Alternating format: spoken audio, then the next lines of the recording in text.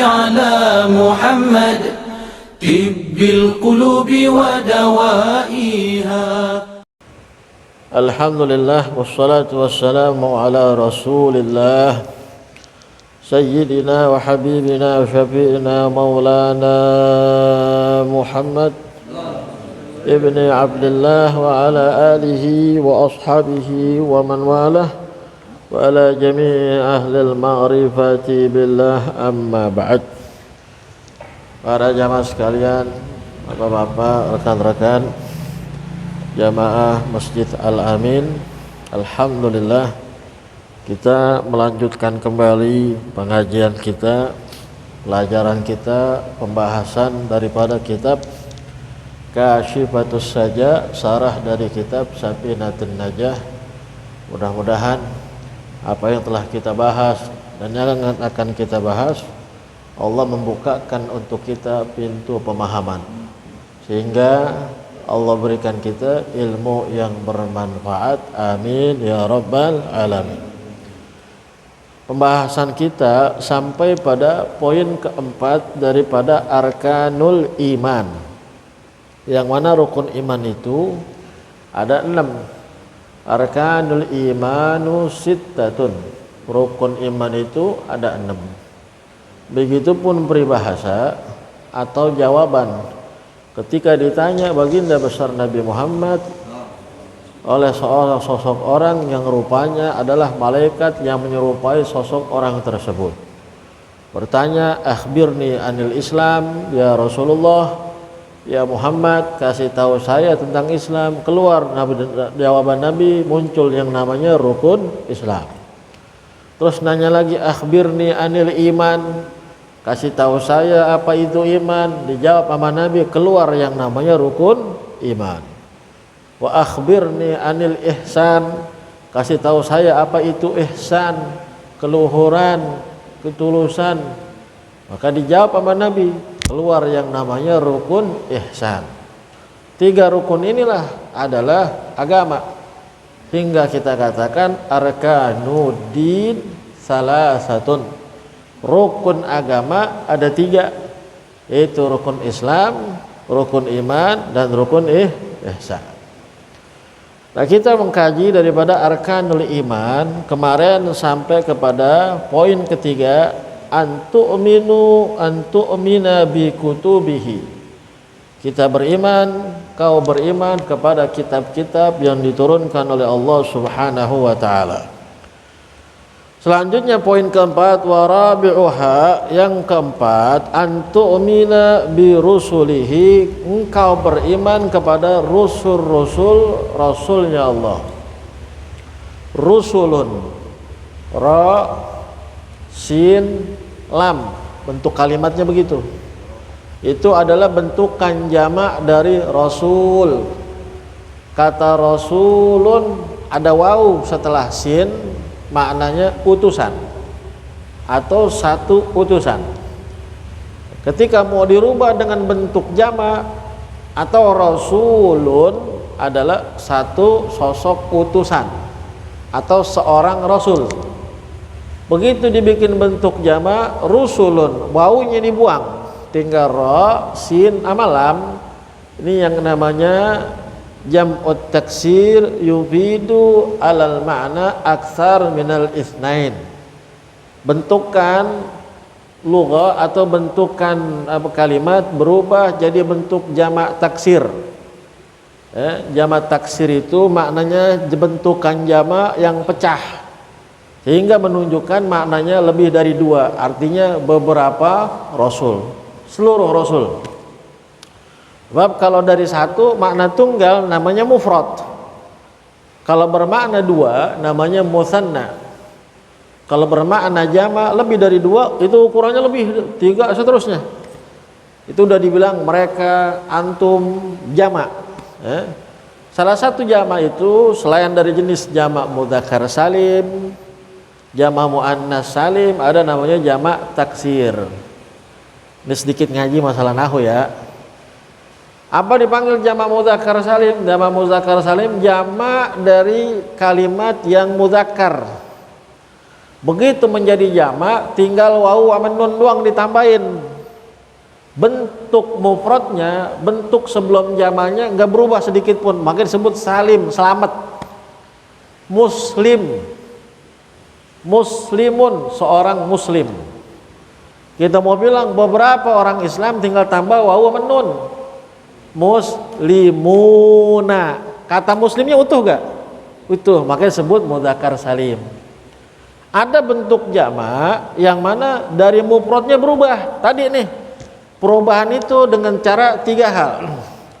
Imma biziyadah, kalau enggak ada penambahan huruf perubahannya dari bentuk mufrad, atau binuqsan dengan pengurangan huruf kayak ini nih. Aslinya mufradnya rasulun, ada wawunya di setelah sin. Begitu jamak wawunya hilang, berarti ada pengurangan. Berubah dari bentuk mufrad, makanya disebut taksir jamak. Taksir maknanya pecah. Pecah maksudnya berubah. Berubah inkisaru min bina'i mufradihi. Bentuknya pecah dari bentuk mufradnya, berubah. Atau ditambah. Seperti apa? Rajulun, seorang laki-laki. Beberapa orang laki-laki. Kalau ini sebaliknya nih, bentuk jamaknya ditambah. Kata rajulun akhirnya ditambah alif setelah jim, jadi rijalun, maknanya beberapa orang laki-laki. Ditambah, ada perubahan. Atau perubahannya enggak ditambahin huruf, enggak dikurangin huruf, namanya tagyir, tapi ada perubahan harokat. Asadun, seekor singa. Usudun, beberapa singa. Hurufnya sama, nggak nambah nggak kurang, cuman bentuk berubahnya harokat. Makanya jangan disepelein masalah harokat, apalagi baca Al-Quran. Salah harokat, salah makna. Kita baca asadun, maknanya seekor singa. Kita baca usudun, beberapa singa. Torikun, sebuah jalan. Turukun, beberapa jalan. Baitun, rumah, jamaknya buyutun, tambah wawu, namanya bentuk jamak taksir. Nasun, seorang manusia, beberapa manusia. Unasun, tambah alif sebelum nun, unasun, itu bentuk jamak. Nah begitulah daripada realita prinsip dalam kaidah bahasa Arab. Maka di sini bilang antu'mina bi rusulihi. Kalian harus beriman dengan rasul-rasulnya Allah. Kayak kemarin juga sama. Satu buah kitab, kitabun. Beberapa kitab, kutubun, alifnya hilang. Maka dibilang antu'mina bi kutubihi. Alifnya nggak ada, maknanya jadi jamak dengan kitab-kitabnya Allah. Nah ini disebutkan oleh Imam Nawawi, Imam Syekh Nawawi, wa huwa afdhalu ibadillah. Para rasul itu adalah paling afdalnya hamba Allah. Qala ta'ala, Allah berfirman, wa kullan faddalna 'alal 'alamin. Dan sekalian kami telah afdalkan, kami telah lebihkan mereka semua alal alamin, daripada semesta alam. Maksudnya dari makhluk yang lain. Kenapa? Karena mereka yang dipilih oleh Allah. Orang terpilih berarti orang yang terkhusus. Saya sama bapak nggak jadi nabi karena nggak dipilih, kan gitu, ya kan? Makanya nama lain nabi apa? Mustafa. Mustafa itu artinya apa? Dipilih. Istofa, yastofi, Mustafa, yang dipilih. Ikhtara, yakhtaru, muhtaran, sama yang dipilih. Nabi namanya Mustafa, Muhtar, karena dipilih oleh Allah Subhanahu. Dipilih jadi rasulnya, dipilih jadi nabinya. Yang lain gak dipilih, karena ini yang dipilih afdal, berarti pilihan Allah Subhanahu wa ta'ala. Bi an ta'taqid anna Allah ta'ala arsala lil khalqi rusulan rijalan la ya'lamu adaduhum illallah. yaitu dengan kamu meyakini, kata Syekh Nawawi, dan ini bahasa akidah ahli sunnah ya, kau meyakini bahwa Allah Ta'ala telah mengutus kepada makhluknya rasulan, seorang rasul. Dari zaman ke zaman, dari masa ke masa Allah utus. Dari mulai Nabi Adam, setelah Nabi Adam sampai ditutup penghulu Nabi dan Rasul baginda besar Nabi Muhammad SAW. Nabi Khatamul Anbiya wal Mursalin, penutup para Nabi dan Rasul. Tidak mungkin lagi ada setelahnya Nabi Allah Ta'ala mengutus seorang Nabi dan Rasul. Nah yang benar-benar diutus Allah, Nabi Muhammad dan sebelumnya sampai kepada Nabi Adam, kita harus meyakini, membenarkan hal tersebut, yaitu Allah Ta'ala utus Rasul, seorang Nabi, seorang Rasul pada umatnya setiap zaman dan masa, rijalan, dan seorang laki-laki. Nabi ini, Rasul ini haruslah laki. Agak ada Rasul perempuan, nggak ada Nabi perempuan. Makanya ibunda Sayyidatuna siapa? Sayyidina Isa, Sayyidatuna Maryam, seorang waliyah, siddiqah, luar biasa, butuh siddiq. Tapi dia perempuan, derajatnya bukan nabi, hanya wali, orang soleh yang makamnya luar biasa. Sampai makanannya pun makanan dari sorga. La ya'lamu adaduhum illallah, tidak ada yang tahu jumlah mereka sebenarnya, jumlah nabi dan rasul berapa sebenarnya, yang tahu hanya Allah. Karena ada dari mereka yang enggak disebutkan kisahnya di Al-Qur'an. Banyak. Ada Nabi Yusha, Hizqail, ada yang disebutkan Nabi Hizqail segala macam, tapi banyak yang enggak disebutkan. Nabi Daniel segala macam di zaman Bani Israel.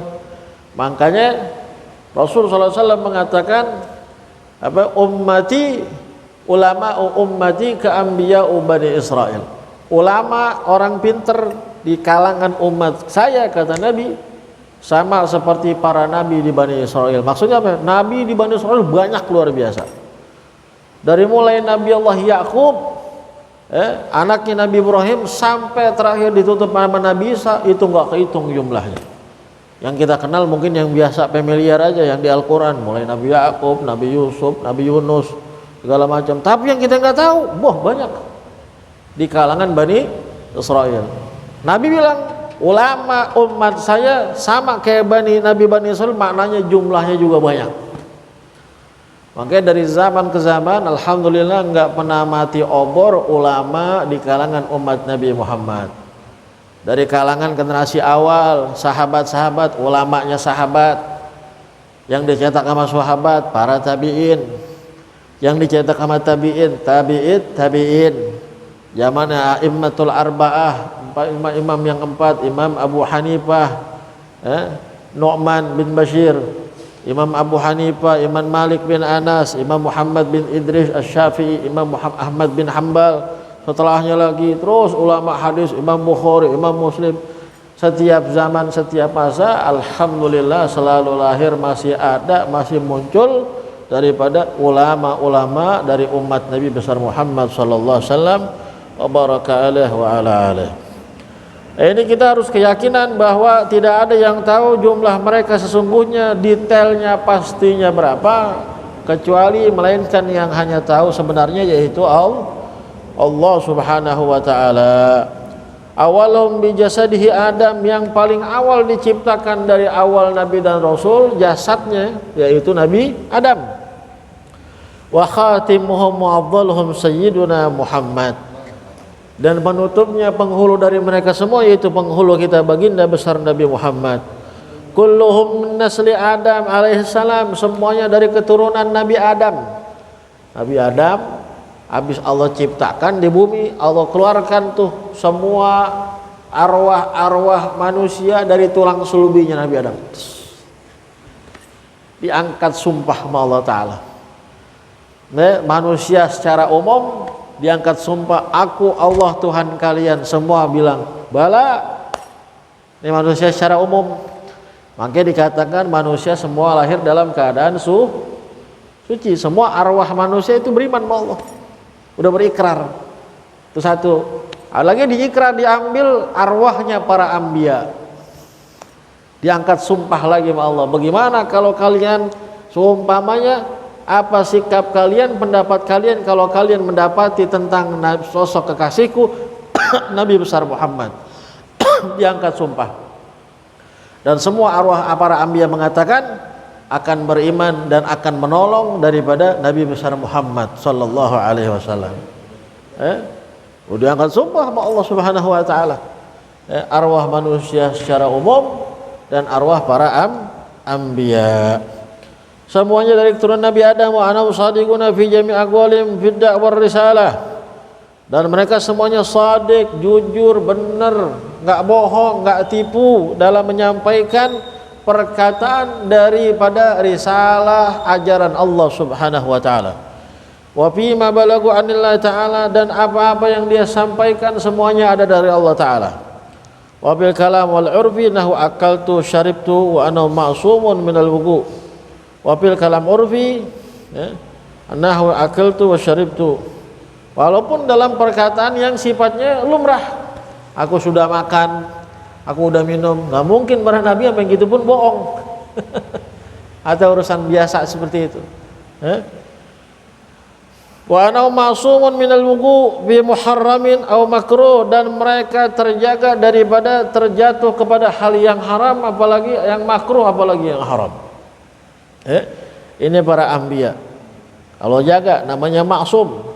Wa annahum muballighuna ma umiru bi tablighil khalqi wa illam yakun ahkaman.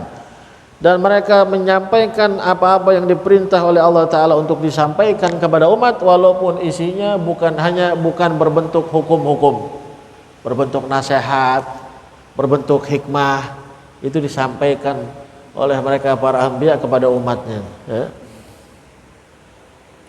Wa ana mahadiquna bihaitsu yakunu bihim qudratun 'alal ilzamil khusum wa muhajajatihim wa ibtalu da'awihim fa hadhihi sifat. Dan mereka hadiqun, cerdik. Para anbiya itu udah Allah kasih, karena sifat para anbiya wajib apa? Siddiq, tabligh, fatanah, apa lagi? Amanah. Fatanah, cerdas. Atau bahasa lainnya hadiq. Hadiq itu cerdas. Mau dihujat sama orang, pasti dia mampu ngebalikin hujatan orang. Mau diserang dengan orang, serangan istilahnya ngebatalkan argumen, pasti dia punya argumen buat ngebantah argumen yang salah dari orang. Karena Allah angkat dengan potensi yang udah disiapkan sama Allah, punya kepintaran, punya kecerdasan. Jadi jangan kita menyangka atau kita berkeyakinan bahwa satu atau siapapun dari Nabi dan Rasulnya Allah itu bodoh. Namanya udah dipilih sama Allah, Allah yang siapin. Betul apa enggak? Allah udah pilih, Allah siapin. Ini udah urusannya Allah Subhanahu wa taala, sehingga baginda besar Nabi Muhammad mengatakan, "Adabani Rabbi fa ahsana ta'dibi." Allah yang gembleng saya, Allah yang didik saya sebaik-baik didikan. Ini urusan para anbiya, langsung yang didik siapa? Allah. Ada wahyu, malaikat datang. Kalau kita nggak bisa ngaku gitu, karena kita bukan anbiya. Bisa kita bilang dapat wahyu, dapat wahyu di Gunung Sindur. Jadi nabi. Makanya kalau ada orang ngaku nabi setelah Nabi Muhammad, mau laki kayak mau perempuan, mau orang Arab, tapi orang Indonesia, lagu-laguan orang Indonesia ngaku nabi. Mau laki mau perempuan, la yata'atta, tidak mungkin, la yumkinu bidzalik, tidak mungkin seperti itu. Kagak bakalan. La yakunun nabiyyun ba'da Rasulullah sallallahu alaihi wasallam. Wa la takunur risalah ba'da Rasulillah, tidak ada wahyu setelah Rasulullah. Jangan lagi orang Indonesia, orang Arab sekalipun pakai bahasa Arab ngaku nabi, enggak mungkin. Enggak ada akidah kita. Akidah kita harus punya keyakinan, apalagi orang Indonesia, mantan tukang cukur, mantan pelatih bola misalkan, mantan pelatih bulu tangkis. Lalu sekarang udah macam-macam orang, cuman di Indonesia kan luar biasa ya, orang ngaku apa yang ngikutin ada aja. Jadi cinta kita ini kadang-kadang orang Indonesia salah, cintanya itu nggak pakai ilmu, nggak pakai ukuran. Ada orang cinta sama sosok ulama, bagus gak? Tapi nggak demen sama yang lain, kan salah. Lah kalau dia cintanya mau ulama, siapa aja orang belimu dia pegang kan gitu ya? Ngaco kan? Ada yang salah pikirannya. Jangan-jangan nih ada something cintanya nih, bukan karena ilmunya nih. Kayak gitu, itu orang Indonesia.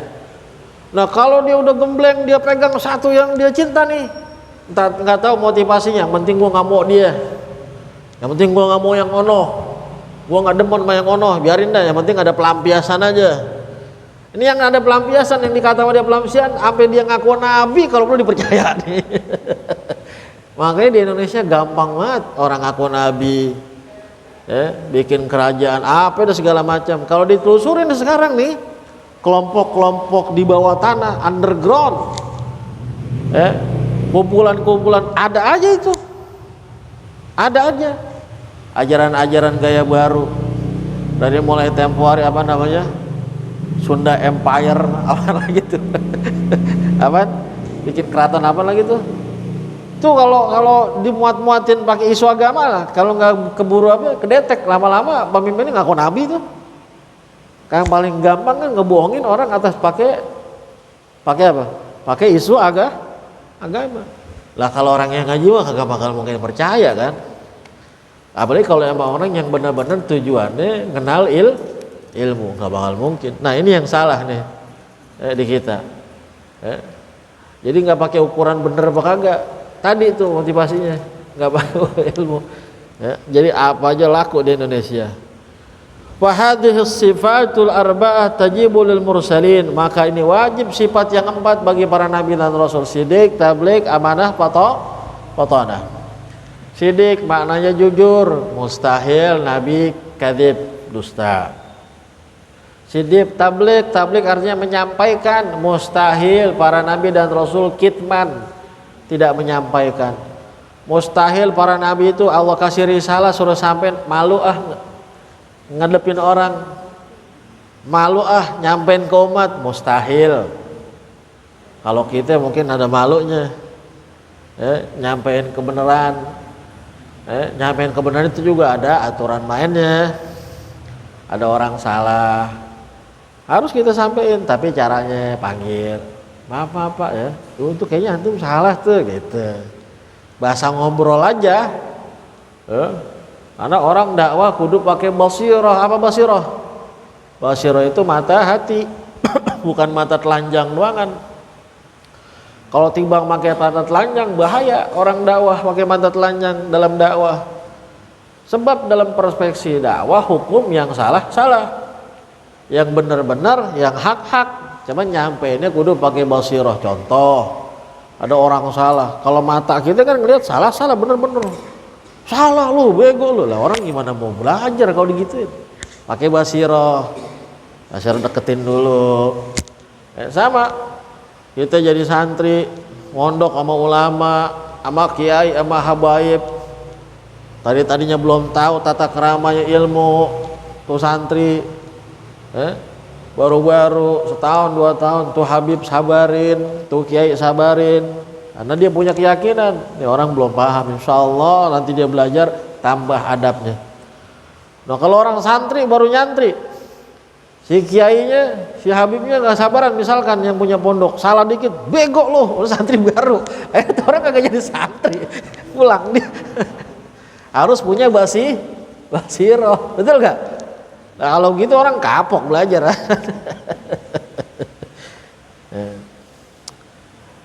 Mustahil para nabi itu kitman, menyembunyikan apa yang diperintah Allah Ta'ala. Sidik, tabligh, amanah. Nggak mungkin para nabi, para rasul khianat. Disuruh nyampein ini kepada umat dikurang-kurangin. Allah perintahkan suruh sampaikan A, dilebay-lebayin, dibelok-belokin. Kagak mungkin para nabi dan rasul kayak gitu. Kalau kita mungkin. Betul apa kagak? Kalau kita mungkin. Makanya kabar kalau udah berantai sampai ke orang kelima udah bahaya udah. Si Anu kemana? 2 hari seminggu nggak kelihatan. Di rumah kagak ada. Apa ada kasus? Apa ada masalah dia ya? ngomong ke satu orang. Yang satu orang denger nih, ngomong lagi ke orang, si Anu katanya kagak ada. Jangan-jangan punya kasus hukum, udah beda lagi tuh. Ngomong lagi ke orang ketiga, kata orang yang ketiga nyampe si Anu di penjara katanya. Padahal yang awal nanya, si Anu kemana? Seminggu nggak kelihatan. Apa ada masalah di rumahnya? Nggak ada. Apa ada problem? Ke orang kedua udah nyampenya nyerapnya beda. Yang kedua udah maknanya, pahamnya beda, nyampenya juga pasti beda. Orang ketiga disampaikan beda, parah lagi beda pahamnya. Dia bilang si Anu di penjara. Itu berantai itu, saya belok akhirnya. Informasinya belok, mencong. Mustahil para nabi, para rasul begitu. Khianat sama Allah mustahil. Khianat sama manusia mustahil. Bahkan seperti itulah sosok baginda besar Nabi Muhammad sallallahu alaihi wasallam. Bagaimana kita dengar kenapa Nabi itu dalam hijrah terakhir disuruh tinggal nempatin belakangan tinggalkan Mekah Sayyidina Ali. Kenapa? Karena ada amanat dari Rasulullah SAW buat mengembalikan harta-harta titipan orang-orang Mekah yang dari dulu udah nitip sekian lama. Karena tidak ada di Mekah orang yang paling amanat, dikenal sama semua orang-orang dari berbagai macam posisi, dari berbagai macam status sosial, pejabat, orang kaya. Tidak ada dari zaman mudanya Rasul orang di Mekah yang paling amanat kecuali baginda besar Nabi Muhammad. Ada yang nitipin emasnya 10 kilo, istilah sekarang nih, nitipin duit 30 juta, nitipin duit 1 miliar. Kita dititipin duit 1 miliar. Orang amanat, seamanat-amanatnya kita dititipin berapa? 1 miliar. Dititipin 2 tahun kita jagain, pasti kan juga nih jagain duit lu nih 1 miliar ini. Kalau gua meleng-meleng bahaya, paling kagak ada jasa tipnya lah kan gitu ya. Ada jasa titipnya deh. Kita ngomong sama yang punya nih. Paling kita pasti ke situ. Betul gak? Seamanat-amannya kita lo ngejagain duit 1 miliar. Kalau dicolong orang gimana? Kalau dirampok rumah kita duit orang 1 miliar diambil. Sebagaimana pernah kejadian ulama Mesir itu siapa? Syekh Mutawali Asy-Sya'rawi. Syekh Mutawali Asy-Sya'rawi ini ulama besar di Mesir, ahli tafsir, sufi, wali luar biasa. Jadi banyak orang ini nitipkan duit sama Syekh Mutawali Asy-Sya'rawi buat sedekah. Syekh, kayak kita nih, wahai Tuan Guru, Tuan Syekh, antum nanti punya kegiatan setiap bulan sedekah ini, sedekah buat orang-orang fuqara. Aneh nyumbang nih. Jadi banyak orang pengen sedekah sir nggak ketahuan. Sampai itu dia sedekahnya kayak kita bilang jumlahnya ratusan juta. Syekh Mutawali Asy-Sya'rawi ini orang soleh luar biasa. Belum lama, tahun 90-an apa 80-an meninggalnya. Masih banyak video-videonya. Orang soleh luar biasa. Sampai dia bilang di kalangan habaib pun diakuin. Dan di era itu dia punya kedekatan batin meskipun jauh sama Habib Abdul Qadir bin Ahmad Segab Gutub Jeddah. Suatu hari rumahnya kemalingan. Dan maling ambil tuh duit titipan orang. Kira-kira gimana itu? Syekh Mutawali kebingungan segala macam. Kebingungan. Akhirnya tahu sampai kabar berita itu kepada Al-Habib Abdul Qadir bin Ahmad As-Segab Gutub. Habib Abdul Qadir luar biasa di kalangan habaib itu, di eranya dibilang Gutub, rajanya para wali. Habib Abdul Qadir bin Ahmad As-Segab meninggal kisaran saya pas 2006 masih ketemu di Jeddah tuh, masih ziarah. Udah pulang 2009 2010 meninggal lagi. Ada ditelepon sama Habib Abdul Qadir, takut keadaan Syekh Syekh Mutawali Asy-Sya'rawi ini gimana, sekian ratus juta duit orang, telepon, takut kebingungan. Ditelepon sama Abdul Qadir, antum jangan takut begini-begini. Dia biasa aja. Duit orang. Duit orang. Enggak lama kisahnya, enggak lama ada gantinya lah gitu. Ada orang baik luar biasa, talangin tuh. Ditalangin demi apa sih namanya, nutupin atau istilahnya karena cintanya dia sama Syekh Mutawalli Sya'rawi. Ya orang soleh ya, luar biasa, ujiannya berat tapi jalan keluarnya ntar ada aja dari Allah Subhanahu wa taala. Kalau kayak kita gimana itu? Rumah kita dirampok, harta kita hilang, ternyata tuh harta titipan orang, bukan 1 juta 2 juta nih misalkan, ratusan juta, bingung gak tuh? Waduh. La ilaha illallah. Dan itu akhirnya itu yang dititipkan, makanya Sayyidina Ali dipesan belakangan. Kenapa? Karena dititipkan nama Rasul buat ngembaliin tuh titipan. Punya Abu Jahal, punya Abu Lahab, Rasul amanah luar biasa. Udah dititipin sekian tahun, dijagain harta orang, tuh yang punya harta nyakitin Nabi lagi. Nyerang Nabi, gara-gara begitu Nabi diproklamirkan menjadi Rasul, dia nggak mau terima, tapi dia akuin keamanatannya. Begitu Nabi memproklamirkan menjadi Rasul, dia nggak terima. Emang kalau bicara masalah pilihan yang sifatnya robbaniyah, hawa nafsu, hati berat. Yang sifatnya pilihan robbaniyah, kita punya saudara, tetangga, atau anak kemarin nih, anak bapak, anaknya saudara kita, tahu kecilnya nih, main layangan, ngobah, kita tahu kecilnya. Akhirnya begitu kelar pas lulus SD dipondokin deh, orang tuanya belajar di pesantren, setahun, 2 tahun, 3 tahun, 4 tahun, 5 tahun, 6 tahun, 7 tahun, sampai pulang 10 tahun dah ke Mesir. Jadi dah akhirnya kita terakhir ngelihat dia umur 12 tahun, ketemu lagi umur 22. Begitu 22 sampai pulang ke Indonesia, dari mulai pondok di Jawa Tengah, Jawa Timur, sampai keluar Indonesia, keluar negeri, balik. Masya Allah, lama-kelama karirnya ini sebagai orang soleh, orang alim muncul. Jadi dosen, jadi ulama, banyak ngisi pengajian. Kita nih yang kenal kecil, kira-kira hawa nafsu kita terima gak? Berat emang. Kalau orang yang bicaranya ada masalah hati. Ya, dia anak baru kemarin itu. Gue tahu kecilnya kan gitu kan. Karena ya begitu emang kalau bicaranya masalah rabbaniyah. Sama. Orang kafir Quraisy begitu. Dia akuin amanatnya Rasul, kejujuran Nabi. Tapi begitu diproklamirkan Nabi sebagai Rasul, diangkat oleh Allah Ta'ala, hawa nafsunya nggak terima, hati yang tadinya nggak nape-nape mulai dengki, mulai gedek. Emang kalau bicara yang begitu mah emang luar biasa.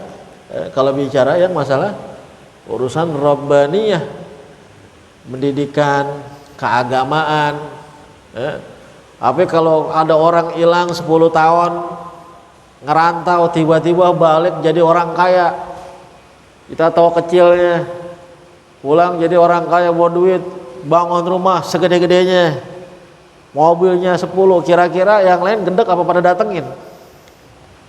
Gedek apa pada datengin? Lu dulu gue yang gendong. Ya satu. Ya kan? Lu dulu lagi sebelum pergi, lu lagi zaman-zaman lu sering gua kasih makan. Wah, ngaku udah mulai. Ya, kalau urusan dunia. Kalau agama, udah langsung aja musuhnya tuh disiapin mau des. Hawa nafsu, hati. Ya. Berat. Ya. Makanya kita kalau orang yang insya Allah benar-benar yang ditujunya ilmu, nggak berat hatinya. Kalau nggak ditujunya yang lain, kalau benar-benar murni karena ilmu, insya Allah nggak berat. Kenapa? Karena yang dia lihat dari dimensi ilmunya. Wa amal anbiya ghairul mursalin fala yakunu muballighin. Adapun para nabi selain dari Rasul, mereka tidak diperintahkan menyampaikan risalah dari Allah Ta'ala. Wa inna ma yajibu alim an balagun an yablugun nas annahum anbiya liyahtarimu. Akan tapi yang hanya wajib disampaikan bahwa mereka adalah seorang nabi yang diutus dijadikan nabi, maka manusia hormatin ikutin, tapi tidak ada pesan-pesan hukum khusus dari Allah Ta'ala, dan mereka tidak ada kewajiban menyampaikan risalah kepada manusia, hanya menyampaikan status dia bahwa saya adalah seorang nabi yang dijadikan diutus oleh Allah Subhanahu wa Ta'ala. Sebegitu aja, sehingga orang-orang itu ngargain, hormatin, dan dia ini nggak wajib menyampaikan. Kalaupun ada orang kagak ngimanin tapi ngormatin nggak jadi masalah. Tapi kalau ada orang jahatin dia karena dia juga seorang nabi, maka urusannya sebagaimana terjadi pada umat-umat terdahulu, kedurhakaan mereka kepada nabi-nabi yang di tengah mereka, bala, azab, musibah dihantamkan oleh Allah Subhanahu wa Ta'ala kepada mereka. Wasahih fihimul imsak an hasrin fi adad. Yang pendapat yang benar dalam menyikapi mereka para anbiya fihimul imsak, yaitu kita menjaga diri an hasrihim fi adad. Berapa jumlah detailnya dia sesungguhnya, udah kita nggak perlu keseluruhan Nabi dan Rasul secara hasr, secara terperinci keseluruhan adat jumlahnya berapa kita nggak perlu tahu. Itu menurut pendapat yang sahih. Jadi yang kita yakini secara ijmal banyak para Nabi dan Rasul, tapi akidah orang yang beriman minimal kenal wajib pada Nabi dan Rasul yang familiar disebutkan dalam Al-Quran yang jumlahnya 25. Apalagi Nabi besar Muhammad.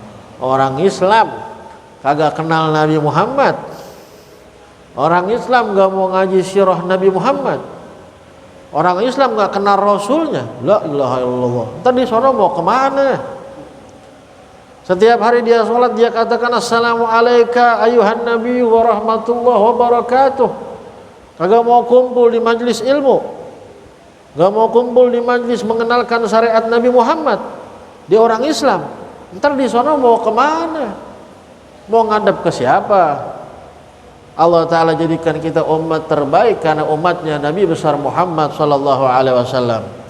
Kenal Rasul kagak, ngaji sirahnya Nabi kagak. Sekalinya ngaji sirah ya alhamdulillah, sekali-kalinya ya mau tahun sekali dah. Hadir acara maulid masih mendingan. Alamatnya apa? Kembulinya enak nih, nggak apa-apa mendingan. Tapi kan itu kan sifatnya kan kita nggak tahu maknanya. Apa yang dibacakan dalam sirah kalau kita paham, jadi ustadz, jadi ulama, jadi alim, alhamdulillah. Maka dia nggak pengen sekali-sekali dengar tentang dalam maulid karena indah isi di dalamnya menceritakan Nabi Muhammad. Nggak pengen berhenti dia mendengarkan itu. Bukan sifat seremonial tahunan. Ini udah dengernya cuma tahun sekali, maknanya kagak, ngaji sirah kagak.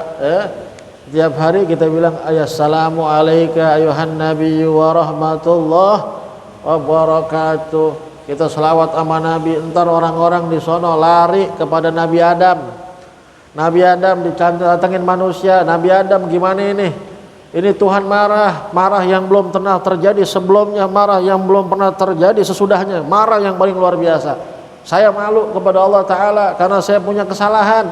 Allah suruh saya di sorga, jangan deketin pohon, saya deketin pohon, bahkan saya makan, malu saya. Coba kalian lari kepada Nuh. Datang umat manusia kepada Nuh, wahai Nuh, kasih kami syafaat. Kata Nabi Nuh begitu juga, hari ini Allah murka yang belum pernah terjadi sebelumnya, dan gak pernah akan ada murka setelah ini yang lebih parah. Takut Nabi Nuh. Saya juga pernah takut. Saya pernah dikasih doa pusaka sama Allah Subhanahu wa Ta'ala, yang mana kalau Nabi Nuh minta pasti diijabah. Saya udah pakai itu doa. Apa kata Nabi Nuh? Rabbi la tadar alal ardi minal kafirina dayyara. Ya Allah, jangan sisakan satu orang pun yang tidak beriman kepadamu di muka bumi. Allah kirimin banjir bandang. Karena doa itu ternyata digobul. Nabi Nuh malu akhirnya. Ya Allah, hancur nih dunia.